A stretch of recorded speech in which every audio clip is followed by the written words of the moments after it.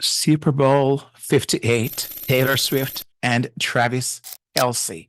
The romance, the possibly touchdowns, the relationship hype, these things could overshadow reality when it comes to relationships. And as a fan of football, even though sometimes people may describe me as a fans who show up when his team is winning or is playing, but if his team is losing, he truly is not the kind of fan as you would describe one. And that's me. And I'm going to own that even at the very beginning. But what happened is the story that has emerged over the last few months when it comes to this relationship between Taylor Swift and Travis Kelce. It might seem like a fairy tale.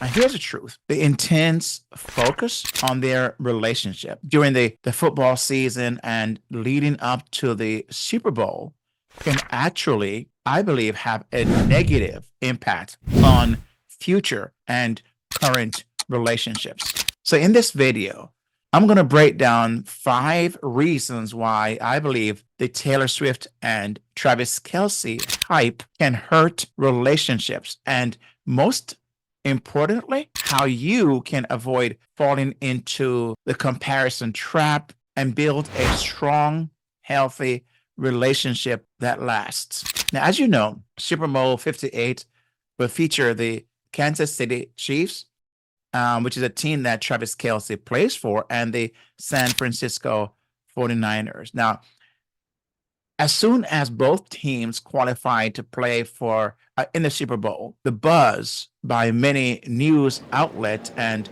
social media platforms were not on the players necessarily, the ones who really stood out in the games leading up to the Super Bowl, the incredible plays, the comeback plays, and so on. But what we heard was mostly about what does this mean for Taylor and Travis Kelce.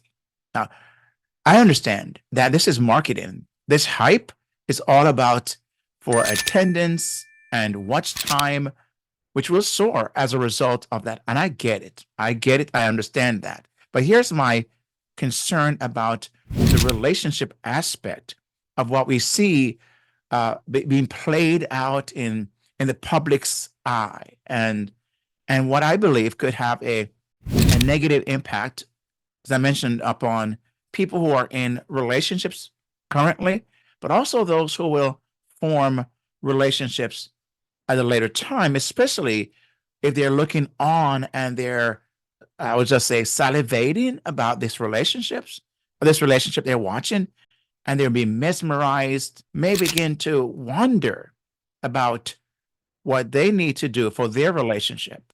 Let me give you the 5 reasons I believe. And I want to start with this first one, and that is hasty decisions. Now, hasty decisions. Well, maybe you don't know the story, but I don't know all of the details. But what I do know is that Taylor Swift and Travis Kelce began their relationship in October, I think officially October of 2023. And they met, I mean, they had this interaction prior to that, but they met until the end of 2023 and began this relationship. And it became, of course, the media was salivating and they began to hype everything about this relationship. So whether they were ready for a serious relationship or not, the media decided for them and pushed, I believe, to some degree, this relationship. And so maybe because Taylor Swift had just a few months earlier, had just ended a 6-year relationship, a 6-year relationship she was in. And so that is a long time to be in a relationship. And then a few months later, to begin a new relationship. And as a licensed marriage and family therapist and a certified relationship coach, I have seen this all too well, where people jump from one relationship to another. It's almost like relationship hopping. We call that bounce back or rebounding from a relationship. And so many people have this issue where they cannot, or they have a hard time just being by themselves. They have to always almost always be in a relationship. And there's many times a codependency aspect to that. Or it could be as well some kind of other disorders that are playing, and I won't take the time to go into that. But what happened is that when these hasty decisions are made, it may not be based on genuine compatibility because you haven't taken the time to figure that out or shared values. And so this could pose a risk to the stability of the individuals in their relationships, namely in this case, again, Travis and Taylor. I don't know their backgrounds. I don't know their values, but sometimes people can compromise because of this idea of the celebrity and who it is they're dating, they're in a relationship with. They could begin to compromise their values just to be in the relationship, especially if it now has taken on this public, image where everybody's looking on and is expecting them to be together. Have you ever seen that? Where people see two people together or try to push two people in a relationship and the pressure is on. So this begins to happen. So, I love what Ecclesiastes 9 verse 11 says, where Solomon says, I returned and saw under the sun that the race is not for the swift, nor the battle to the strong. So it's not about how quickly you can begin a relationship. It's about very thoughtful, prayerful, considerate, considering about, what Jesus says. Consider if you who have begun to build a house can complete it. Do you have what it takes? Have you counted the cost? And again, like I say, Taylor Swift, having just gotten out of a relationship, I don't know about Travis's relationship history, but she have some kind of grief that has to be grieved about the past relationship. And people just don't get from one to the other. The problem is that when that hasty decision is made about relationships, it tend to end many times not good. And I have spoken about this in the past, and you may see a video right here that you could look at that can also tell you a little bit more about what I have spoken about on this issue. Remember, most touchdowns, if you're a football fan, takes 3 plays and a good game plan. Don't try to score a relationship touchdown in the first quarter. Take your time, enjoy the journey, and build something special. This is not football. This is a relationship that you've entered into, hopefully, for a very long time. The second reason that I want to give is the idea of unrealistic expectations. So the media spotlight on this high-profile relationship, right, with Taylor Swift and Travis Kelce, especially when this Super Bowl is about to come. And I heard someone said, I think she's at a concert or somewhere performing around the same time. And they were saying, can she make it back in time for the Super Bowl? And they said, oh, did she find a way if she wants to be there? And possibly she does, because again, it's about whole, publicity. It's about the PR. It's about what it looks, all of that. But here it is that the football game about the players is now focused on, will she make it back for the Super Bowl? I don't care if she does or not. It's not to watch her. It's not to be distracted by her. It's to watch football. That's what people show up to watch. And so what happened is that when you see them and the highlight reels that are being shown, and people begin to compare their own love lives and the experience and what they see being promoted, the sensationalized narrative, it could lead to their own dissatisfaction and sometimes strained expectations. I love this quote that says, don't compare your chapter 2 to someone else's chapter 20, right? So remember this, that what you see many times about Taylor Swift that's being shown publicly, she doesn't wake up looking like that selfie every day. Remember, relationship highlights reels are like football highlight reels. They don't show the dropped passes and fumbles. And every relationship have those. But you don't see that. And many times people begin to form their opinion about what a relationship should look like when they begin to compare their chapter 2 with someone else chapter 20. The third reason is distraction overload. I cannot tell you how many times I've seen highlights, and I don't watch many games for, as I mentioned before. I might be that fair weather fan person, but when I do see sometimes is this intense focus on Taylor Swift in the stand and what she's doing. I don't care. I want to watch football. That's what I'm there to do when I'm watching football, and that's what has become the distraction. Both on the players and on the field and the viewers at home.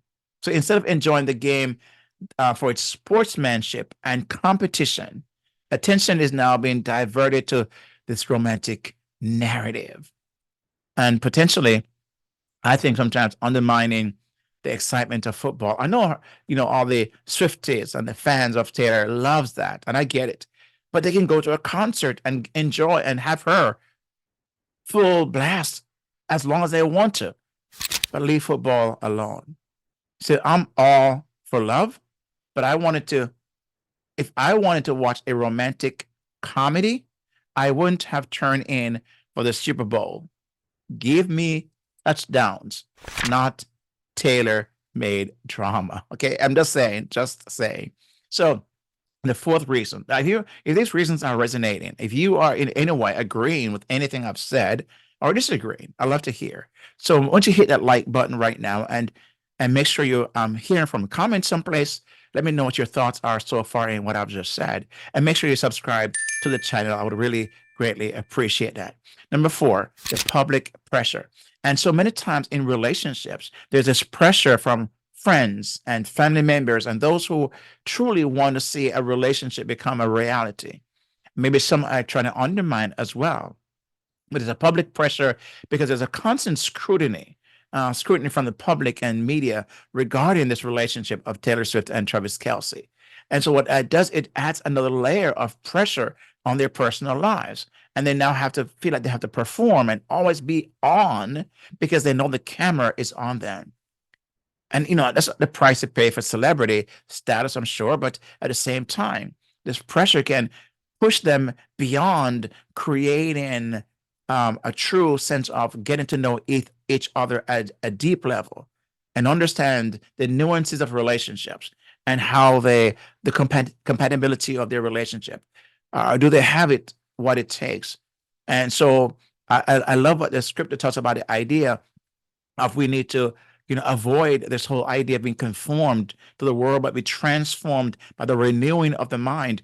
Don't let the world squeeze you into its own mold, because the world will try to be the very one that squeeze you into its own mold and celebrate you today, but tomorrow they crucify you. I mean, remember Jesus? The public were celebrating him one moment and hyping him up and everything else. And those same people were the ones who were next day or so were shouting, crucify him, crucify him. That is it.